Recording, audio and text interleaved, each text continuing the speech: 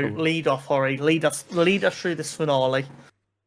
I mean, so many great things were. I want to say, for the most part, I think they stuck the landing with this season. I would agree. There is some things that were left unanswered, which would have been nice to get answers to, but at the same time, as long as we get a season 2, I can live with the fact that we have to wait. We got reveals that we finally wanted. We got another Sig fight. We got bleeding a Kyber crystal in live action for the first time, which we'll get into. Very sick. And not in the series he won't be, as we were told, but in the final few seconds we were revealed to see Yoda. So... You mean adult Grogu? I saw that meme. And then I saw someone quote tweet it and was like, "This is what's wrong with Disney fans." And I was like, "No way you've taken that seriously." There's no way. I quote retweeted a tweet where I was just like, "Oh my god, adult Grogu," and I was waiting for some angry person to get my comment. It's like, you're not even a true Star Wars fan. But I didn't get any nibbles. There is definitely people out there that still hate it on the show, even after like watching it week after week. I don't know what's wrong with those people. There's a certain Star Wars fan creator who everyone in the actual Star Wars community hates and wishes he would just disappear. Complaining after finally getting the stuff that he wanted to be shown because they didn't show it in the way that he wanted. So... yeah, fuck him. But overall, I thought it was a great episode. The fight between Sol and Kamir was another incredible choreography. I feel like we got some almost like moves, and the way it was shot with like the slow-mo felt like very kung fu film-esque fight. Yes. It was so like 80s and 90s martial arts film coded in the best way imaginable. 100%.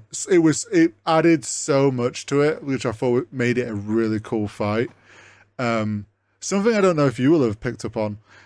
Sol did the illegal technique of turning his lightsaber off and on. I thought I noticed that. I saw that and I was like, is that all? So because it was off for a fair amount of time and he did something else. Oh no, not that. No? So there's that point where he put his lightsaber away and then he did the thing when the lightsabers were coming in. I'm on about at the end. The way he cut Kymir's lightsaber is he actually turns his lightsaber on and off. Oh, did he? Yeah. Oh, not that. So it's funny because it's like that technique is technically illegal, but apparently there's a few cases in Legends where Jedi use it only when fighting Sith. So it's like, oh, it's okay if you're killing a Sith or doing something to a Sith with it. Because it's really funny because like Sith in canon tend not to do it because they're like, I don't need to break like good faith to beat you. I'll kick your ass by following your rules. I don't care. But no, the moment when he put his lightsaber away to then force push everything away, that was very badass for Sol to be like, yeah, I don't need my lightsaber. Screw you. Also incredibly kung fu movie. Yes, coded. Again. Which also, in the mirror to that, we were getting Osha and May having a bit of a fight, which again was very kung fu, just hand to hand, and mirrored. That fight scene, especially the Osha and May side of it, goes back to what I was talking about last week with how I adore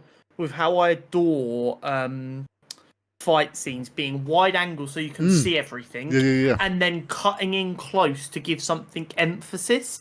That was a perfect example of what I like. It felt really clean. The choreography was great, and they used editing to add to it instead of hide mistakes in choreography. And then the match cut of the leg kicks into the lightsabers was so good.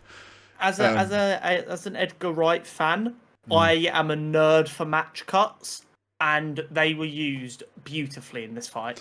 So good. I saw some people on social being like, why didn't he use his cortosis? Mainly because it's kind of obvious. Sol witnessed that. He knows that is a thing. Like, it's not like Chimera can use it as a surprise anymore. Yeah. You could see in the fight Sol was being like the point when he's trying to pull Sol's lightsaber forward, is showing he was going to like pull it in to knock it out, but like Soul's aware of it now, so Soul's going to fight in a way that doesn't put himself in a position where he hits the helmet because he knows it's just going to leave him vulnerable. So the people trying to complain about that, you just pay attention to the fact that Soul's evolved. But we'll get on to the Kyber crystal bleed. Holy shit, the fact we got that in live action had me so hype when that happened. Gorgeous. So hype. And the way that they visually showed it as well when she ignited it and it slowly bled up the lightsaber, such a good creative choice. Ever since I found out, and it was only in the last couple of years I discovered what Kyber crystals was, because obviously I've never been as big a Star Wars fan as other things. I've always enjoyed it, but I wasn't like a lore nerd for it. When I found out that was what it was, that is literally how I've always envisioned Kyber crystals bleeding. Literally how I've always envisioned it in my mind. Well, yes, like I've known like the idea that the crystal itself like just goes cloudy with red, but I never thought about the fact that when you ignite it, if it's in the process of being bled, like you could get this effect change. I saw plenty of Star Wars fans complaining, being like, oh, so Force choking her master means she bleeds her Kyber crystal, but Anakin killing all the younglings didn't bleed his. To the people, not how it works. Well, even better than that, to those people, when that film came out, bleeding a Kyber crystal wasn't even a thing. It hadn't even been established in the comics or legends when that film came out. It came after that in a novel. So to the people using that as their like, why didn't it happen when Anakin killed all the younglings? Because that wasn't a thing George Lucas had come up with. Also, it's not like oh, you've done an evil thing, so your Kyber crystal turns color. It is you're pouring your anger and your sorrow and your Sith emotions directly into the crystal. She did it accidentally because she was overwhelmed. Well, and she was touching it. Yeah, she was so overwhelmed, and the hilt was broken, which exposed the crystal that she could bleed it. That's also the thing. Like, you've got to interact with the crystal. You can either be. There are situations apparently in Legends where people have done it when they're holding the crystal with the Force, but that's still obviously them connecting with it. And then like Osha is touching it without realizing it, and she's bleeding into it. Then the other complaint I've seen about is like, oh, it took Anakin a whole series of comics to bleed his crystal, and they use a panel where like he's screaming. Those people that were like retweeting that, and what I've learned about that story is, when Anakin tried bleeding his crystal, he had a fuck ton of pushback from the light side, trying to bring him back to the light side of the Force. So he was actually fighting the light side to bleed a crystal. But also so it's like it was a more aggressive and like intense moment. But also, bearing in mind what we know about the lore, he would have been bleeding his crystal after. Oh yes, when he was like. And we know his Force connectivity was damaged by the accident in Revenge of the Sith, and he spent years meditating in the Bacta tank to restore his connection. So it does also make sense that his connection would have been a bit fucked up. The light side's fighting to keep him. Of course it's different, but also, who gives a singular flying fuck? We got to watch a Kyber crystal bleed in live action. Like, just be happy. The people that have complained so much about this show is like, there's so many things we've been like given from what was only ever Legends, and like they've brought so much into canon of stuff that is like really cool stuff that we've been wanting, and yet these people still fucking complain. I don't get it. But the whole Kyber crystal bleeding was sick. The fact that that now is official in live action and canon in that sense is so cool. Yes.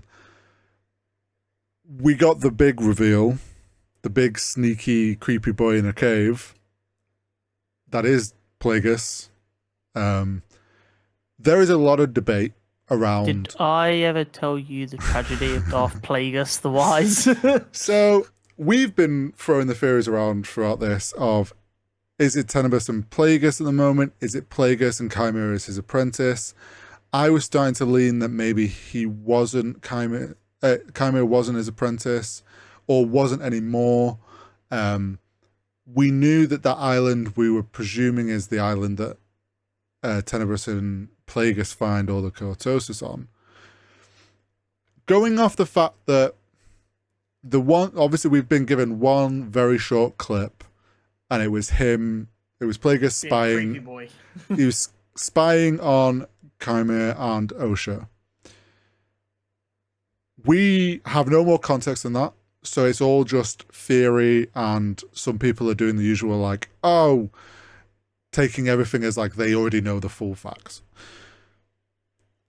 I'm leaning, the more I've been thinking about it, I'm leaning to the fact that I don't think Chimera is Plagueis' apprentice. I think Plagueis is the current apprentice to Tenebrous. And I think they've discovered that planet. Plagueis has been sent to go investigate it. Discovered, there's somebody on this planet who's learnt the Sith ways. We know that Chimera was a fallen Jedi who turned to the dark side. He could have learnt those things and just connected with the dark side to learn stuff. It doesn't necessarily mean he's had a master. Yeah. And because if it was his apprentice, him seeing Chimera with Osha would immediately be like, well, I'm going to kill them both now because I'm seeing my apprentice try and get their own apprentice. Yeah, if you're gonna have a secret apprentice, make sure they're a secret. Don't let me see them in our special island. Exactly, which is why I think this is Plagueis as the apprentice, and now he's like, potential apprentice to get rid of Tenebrous.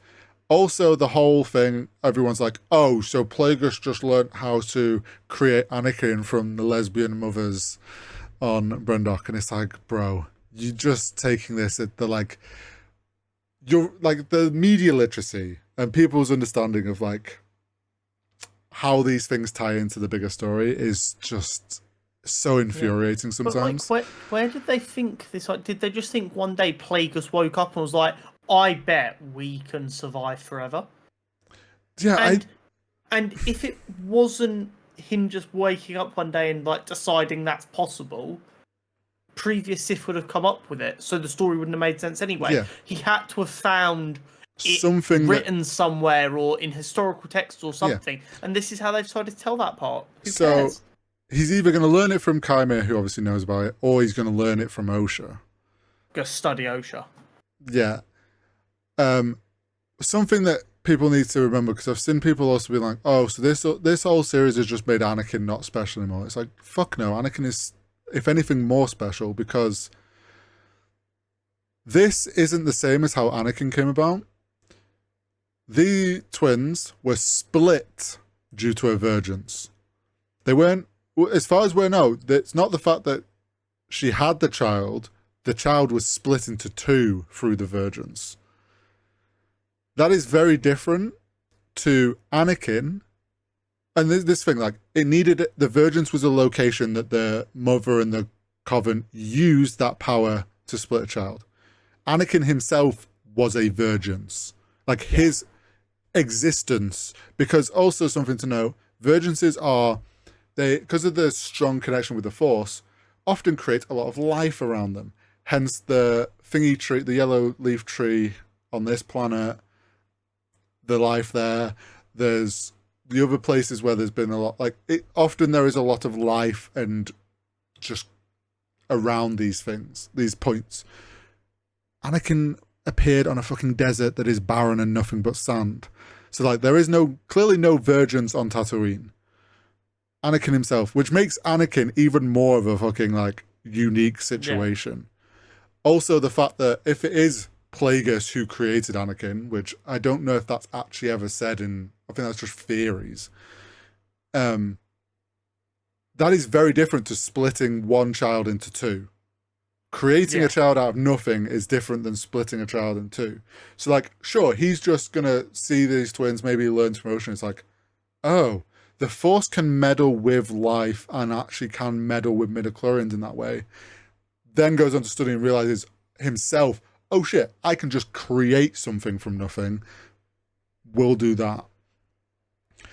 But his reveals was obviously I'd love to have had more of him in this series, but I'm okay with it being in the final, if it's a season 2 and we get more information, maybe it's him trying to recruit one of them. What else went down? Venestra, obviously, we got the confirmation that it was her Padawan. Yeah, she whipped that poor boy. I think she whipped him when she was like, the reaction of her going, "You're still alive," when she like force connected with him, shows to me, and she mentions that she had a Padawan who fell to the dark side. It's obvious that Chimera fell to the dark side. She thought she'd killed him. Job was done. She probably was like, cool, I got rid of that issue. Clearly didn't die. She was very surprised that he's alive. The fact she pinned it all on Sol is exactly as we expected. Yeah. Like, it was so easy to do. It kept, because she is also would get in a lot of trouble if she was honest about what happened, because it's her Padawan that's been going around killing people. Yep. And if she's covered it, we don't know if she covered up that her Padawan went to the... I think she absolutely did. I think she's just gone, Sol killed the other Jedi to keep his secret. He then went to Brendok and killed himself. That's all that happened, nothing else. Yeah, it's like, it covers up Chimera still being around because she's like, oh shit. It also covers up the whole blunder that Sol and the others did, like that whole mess. And it makes the Senate happy. Like, we know that she's been playing political. We saw with that senator that came finally at the meeting. That senator's a G, by the way, the only good politician in the world. The guy being like, you are a... What is it? A group... You're a collection of power that is far too strong and unchecked, and you're going to... like, basically like, you are going to create the downfall of this place. Yeah, I wouldn't be surprised if it turns out he's like one of the leaders of the separatist movement in the early days. Well, we know at some point, obviously, like, the Jedi go from being this religious order to being working for the Senate. So he's obviously the first step in that, of like the Senate stepping in and being like, okay, you're going to work under us now and we're going to keep you in check.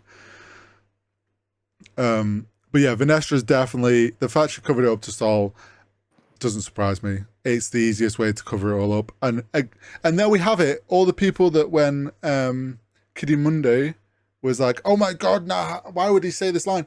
Bro didn't know. Nobody knows that was Sif other than Venestra. Like, 0 people. And no one knows that Osha and May were from virgins. Yeah. Because Sol was said in this episode, like, he was waiting for the Jedi to come so he could be like, look, they are from a virgins, they were split, and prove it all. And then he died before he told anyone. So, like, May being no memory, which makes me like, is she now, because her last memory was when she was 8, is she just got the brain of an 8-year-old now? Yeah, this is something, because I've obviously never experienced amnesia. I have no idea like how, because like you hear stories of people having amnesia and like not being able to remember anything for their entire lives. It's like, so how do you know how to speak? I've never understood how amnesia works as a concept. So I'm just gonna accept that her last memory is at 8, but like she's still like an adult in mind and she hasn't been returned again to the age of a child. Functions of like memory in that sense, I think. But yeah, the fact that she has no memory, Venestra doesn't know that it was a virgin's. Like, that's all hidden. Yeah. So, that all died with Sol. Like, it's all just covered up. But then, obviously, we see at the end, we get Master Yoda revealed, finally. A little teaser.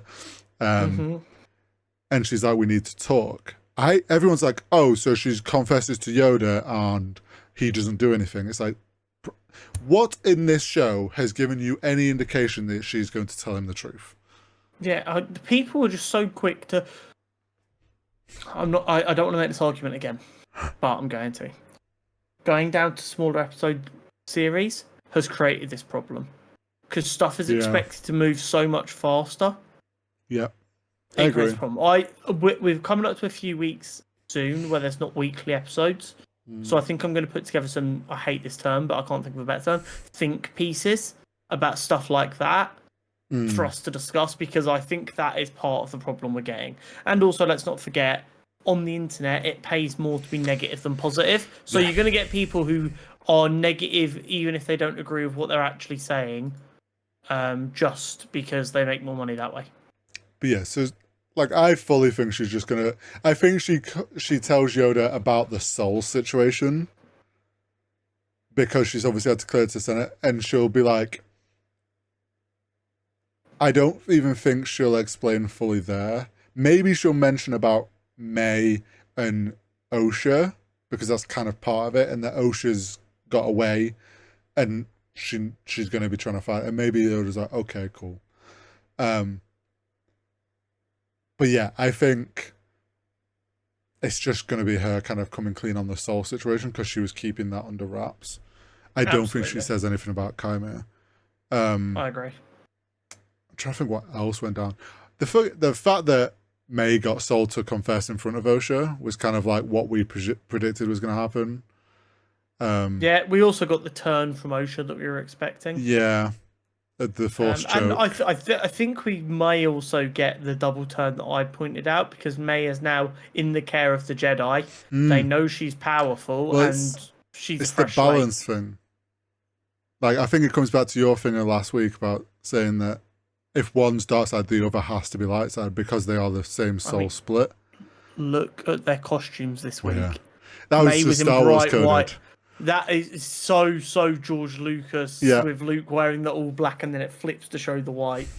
I mean... But yeah, no, solid. My biggest issue, and it is something I saw on Twitter that made me realise it, is the show's great. I do not feel like I care enough about Osha and May, though. They almost feel secondary in their own story, and I think that's a bit of an issue. Yes, I get that. I think... The thing is, it's like, I think the show... this season, literally, without us realising, was meant to be pointing at flaws of the Jedi. Yeah. And that was, like, the focus on it. And May and Osha were just used in part of that. I think this, if we get a season 2, which I fucking hope we get a season 2, and I hope they listen to the people that have loved this show. But season 2, I think, needs to be very Sith focused now. Yeah. Because they've set it up so that they are still operating in the shadows. You can have Chimera teaching Osha. We could have Plagueis come along and try and be like, oh, apprentice. Revealing all that side of things going on. While the Jedi are just fucking clueless and doing their unchecked power situation. So yeah, I think season 2 could be really good for this. I've really enjoyed it. I'm glad that we've got to explore a new era of Star Wars. I've enjoyed the fact that the Jedi are finally getting shown in not the perfect light that some fans want to believe they are. And I think that's why a lot of them have struggled to enjoy this show, because they've only ever seen Sith as bad, Jedi good. Like, they are the good and always will be good, and aren't liking the fact that it's like, oh, the Jedi weren't always good. They were doing dodgy shit and stuff that they really shouldn't have been. But yeah, I just hope we get a green light on season 2. Oh, absolutely. It has to happen. And we get more Plagueis. I'm so ready for Plagueis to be brought in. Because we could have a season 2 show how he overthrows Tenebrous. And then, we know I think he's going to learn from Osha and Chimera, whether he doesn't use them and they go off and he still does this splinter thing and it's the Knights of Ren, maybe. Or if Plagueis is like, oh, I've got my information, kill. And then maybe it leads into him finding Sidious and making him his apprentice. I'm very curious to see how this all goes. I'm loving the show. And it confirms to me even more something I've assumed for a while, that I do just need as much Star Wars as possible outside of the preset timeline. Yep. Instead of trying to shoehorn another series into a pretty congested timeline. Yep. Give us Old Republic, give us Far in the Future. Let's have some fun. I think out of everything as well, this people have enjoyed Chimera and enjoyed seeing a Sith again. I think this should show to them we could I think the fans would very much love a show set when the Sith were in full power. Like, there's a period, I forget what the period was called, but there's a period way back where it's like Sith were just in mass amounts, and like, I think that'd be really sick. Yeah, I agree. Right.